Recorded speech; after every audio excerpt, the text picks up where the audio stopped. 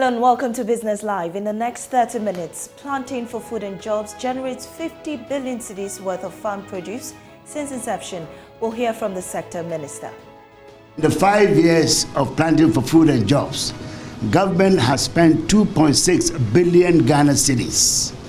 If you multiply the prices with the quantities, it generated 50 billion cedis worth of farm produce for this country. Also, 2 Chinese footwear dealers face prosecution over the issuance of fake VAT invoices.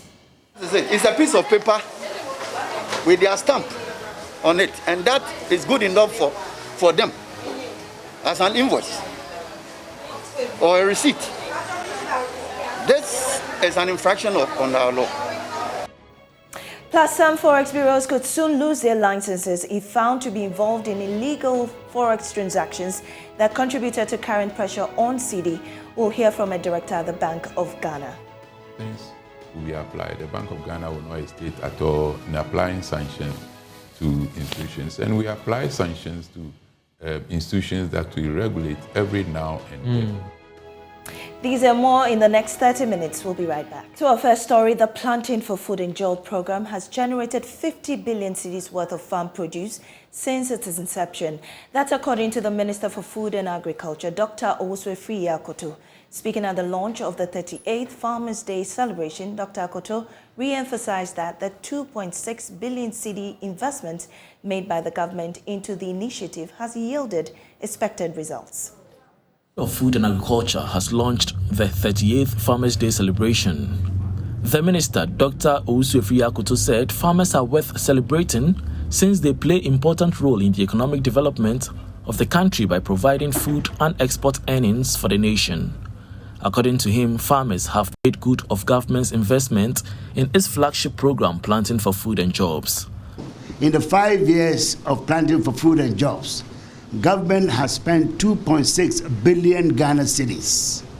2.6 billion Ghana cedis to subsidize just 2 inputs, improved seed and fertilizer.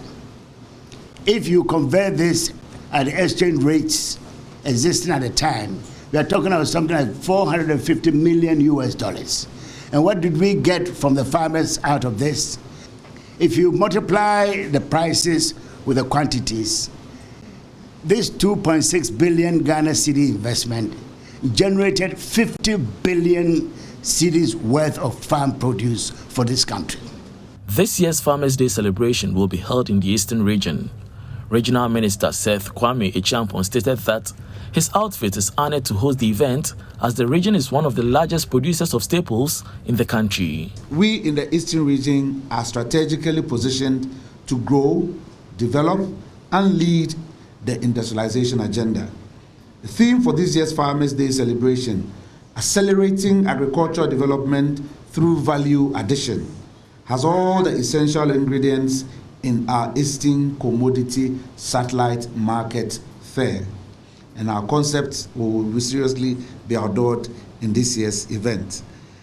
At this point, I wish to indicate that on behalf of the Eastern Regional Coordinating Council, the chiefs and good people of the region, we wholeheartedly accept to host this year's National Farmers' Day celebration. Deputy Minister of Food and Agriculture, Yao Frimpong Ado, highlighted some benefits sponsors of the Farmers' Day will enjoy. In the Platinum package, the benefits are these: acknowledgement in the media, advertise company's logo on sponsors' billboard at the Deba ground for telecast, advertise company's logo in event brochures, submit a soft copy of company log in JPG picture file format when presenting your donations. Full page color print company's advert with felicitation messages to farmers and fishers in the National Farmers' Day brochure. Photo opportunity for presentation of package to the Ministers of Food and Agriculture and Fisheries and Aquaculture Development. Branding some sections of the principal route and outside perimeter of the Deba ground. This year's theme is accelerating agricultural development through value addition.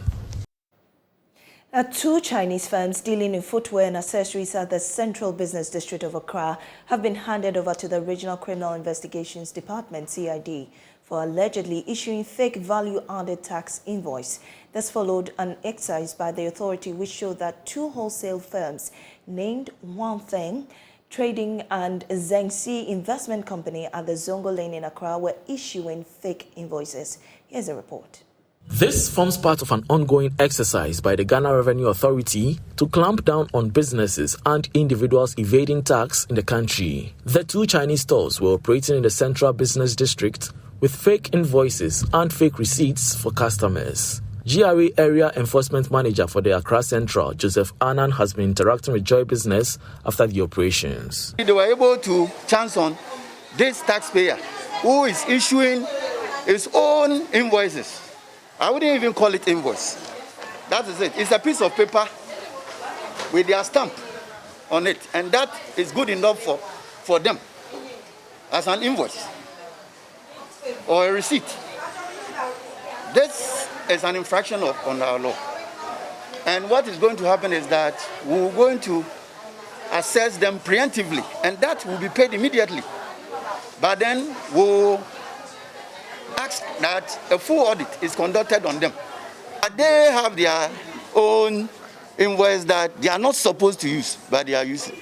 So it makes it difficult. We take it to a school of languages for translation, and then they pay for it. But why should you even do that when you know you are subject to our laws and you must keep your records in a language that we can understand? The team from the Ghana Revenue Authority moved to East Legon, where a plush event center and trading company, The Icon, has been operating without registering with a GRA for tax payments. The team decided to lock the facility to restrain the owners and customers from doing business until the registration process is concluded. Chief Revenue Officer at the Office of the Commissioner General, Nathaniel Tete, told journalists that the company will be made to comply with the law and pay penalties before it can resume operations. They have not registered with Ghana Revenue Authority.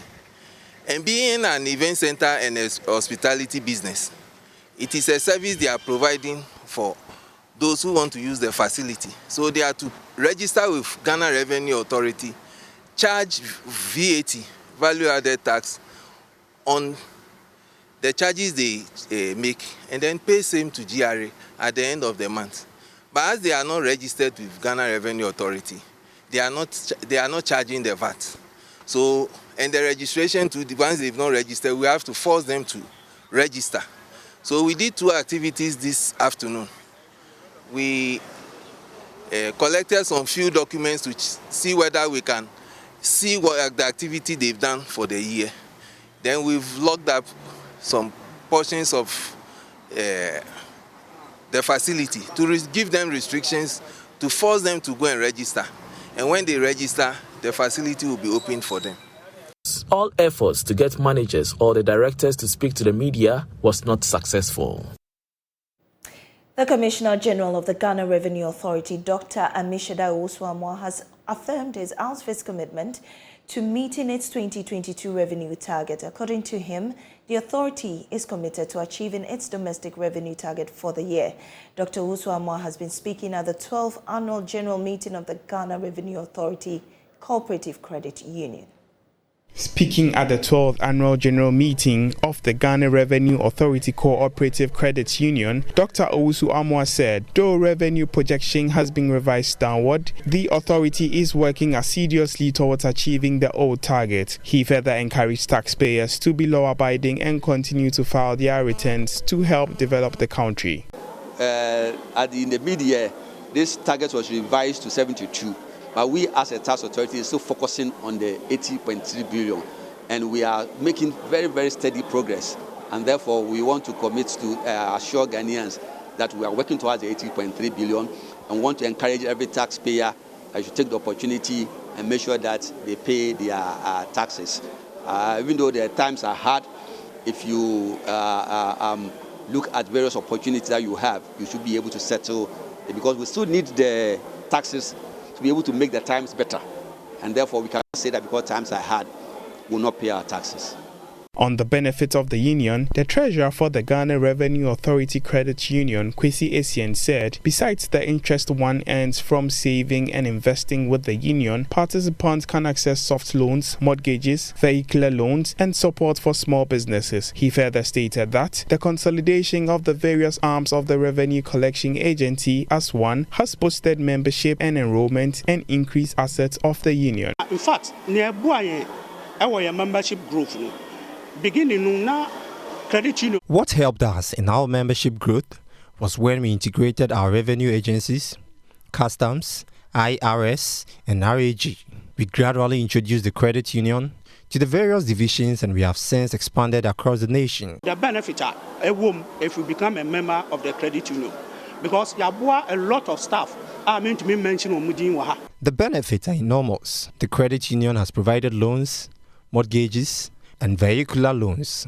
Aside that, you also earn interest on your investment. Now,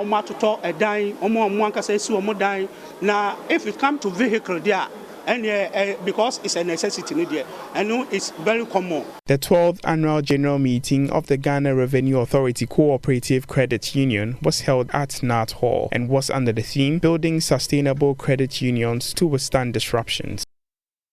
You're watching Business Live with me, Mamiesi Thompson. Still to come, some forex bureaus could soon lose their licenses if found to be involved in illegal forex transactions that contributed to current pressure on the cedi. We'll hear from a director at the Bank of Ghana.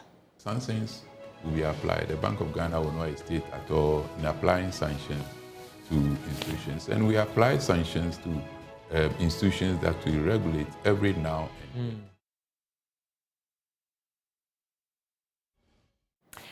Welcome back. Some forex bureaus could soon lose their licenses if they are found to have been involved in illegal forex transactions which contributed to the current pressure on the Ghana cedis.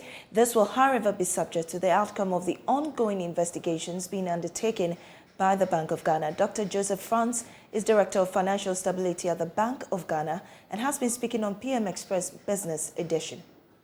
Every forex bureau is monitored. Every regulated institution by the Bank of Ghana is monitored and is supervised. And so when it gets to the crunch and the sanctions will have to be applied, sanctions will be applied. The Bank of Ghana will not hesitate at all in applying sanctions to institutions. And we apply sanctions to institutions that we regulate every now and then. Including forex bureaus. And what is the number here are we looking at? I mean, these rough numbers of these forex bureaus that are under investigations, and when the investigation is concluded? Well, it's ongoing. You know, we have various tools and framework and methodologies that we use mystery shopping to, check whether institutions are doing the right thing. We do normal supervision, and we do unannounced, entry to find out whether a bureau is doing what it has to do and so on. So some of these things are things that we use to pick various, and of course we get alerts as to what one is doing and so on. But the rule of the game is evidence, so we make sure that we gather enough evidence, and if we have to sanction the bureau, we sanction. Dr. Joseph Franz is the Director of Financial Stability at the Bank of Ghana. Now, the Ghana Employers Association is entreating the government to leverage the IMF program to build strong institutions and a resilient economy capable of withstanding prevalent global challenges. According to the Chief Executive Officer, Alex Frimpong, efforts in such direction will cushion businesses and propel them to address the challenges that confront employers. He spoke to Joy Business at the 62nd Annual General Meeting of the association. My colleague James Ishen has more on the following report. The Ghana Employers Association at the annual general meeting commended government for taking the bold step to seek support from the IMF. Speaking on inflation and policy rates, Chief Executive Alex Frimpong entreated banks to implement an effective identification system to identify buyers and sellers in currency transactions on the forex market, to enable banks monitor the flow of foreign currency, to help in stabilize the exchange rate. Well, I think that is the obvious choice for us to get out of this difficulty. So once the health of the economy is challenged, and that is the only option available. We need to throw our weight behind government to make sure that we are able to get out of that. Then businesses can really put its work together and sustain their businesses. If there is any other option, we will support that. But at the end of the day, if the intervention of the IMF is what will bring back the life of the economy, we are all for it. He further asked government to consult widely in the design and the implementation of enhanced domestic program. As businesses, I'm sure we are suffering even more than employees, because when employees require salary increase, it is the businesses that are going to respond. So if the business is not growing, if the business is stagnant, if the business is bleeding, I'm wondering how the business can survive enough to meet the changing needs of employees in a situation like this, where it is not through the fault of any employee. We are all in it together. So this calls for dialogue, negotiations, discussions, because without the survival of the business, I'm not sure employees can also survive. This year's annual general meeting is under the theme Business in the Midst of Macroeconomic Challenges. Now, a scientist, Professor Kenneth Danso, has reiterated the importance of genetically modified organisms to Ghana's food security. Speaking on the site of the Open Forum on Agricultural Biotechnology, Ghana What, he indicated that the role of journalists in highlighting the benefits of GM crops to the agricultural sector cannot be overemphasized. The Forum on Agricultural Biotechnology Ghana, a biotechnology advocacy group, has acknowledged some journalists on their reportage of genetically modified organisms. Chairman of the awards ceremony, Kenneth Danso, indicated that the stories done by the journalists have helped in shaping the perspective of the public on genetically modified organisms. Looking at the stories, it shows that GMO has potential to address three fundamental issues confronting us. One is food insecurity.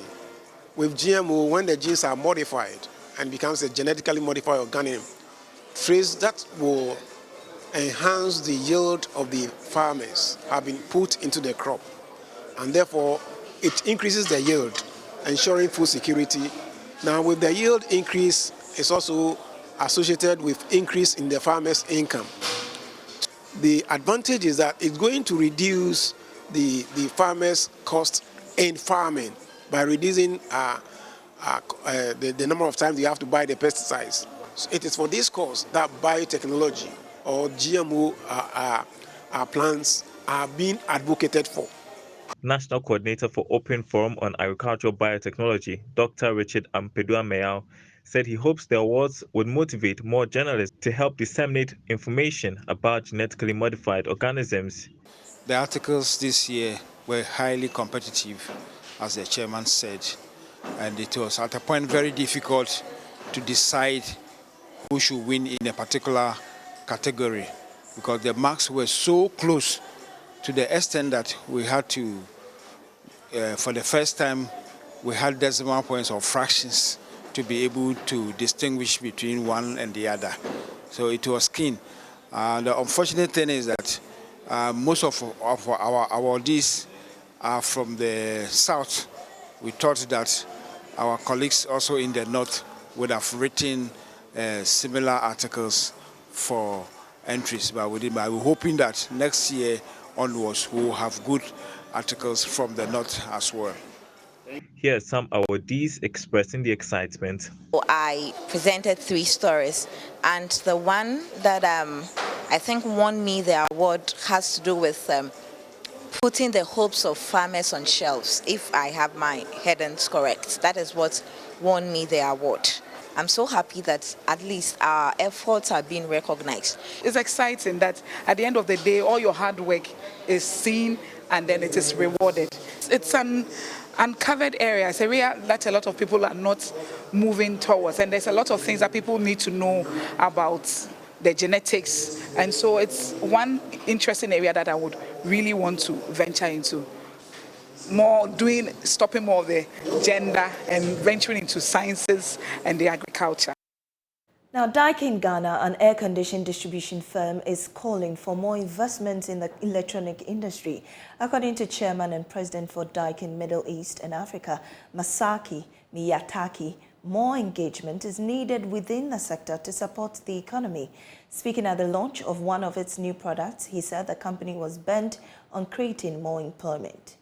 According to Mr. Miyataki, workshops and capacity building should be key in ensuring the growth of the sector.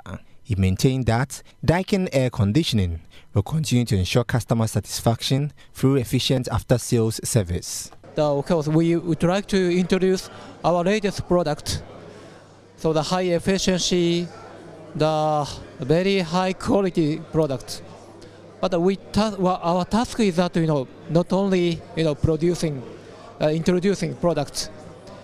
We would like to listen to the market voice, and we'd like to introduce our proper solution. The not only product and I would like to help the designer, the consultant, the engineering company, the relevant our customers. We will provide every solution, the entire HVAC system solution, and then our mission. We will provide our every skill to each country's young engineer, engineer. Managing Director for Fox Cooling Ghana, Mario Yazbeg, told Joy Business that its air conditions are durable and the company will continue to offer quality and reliable products.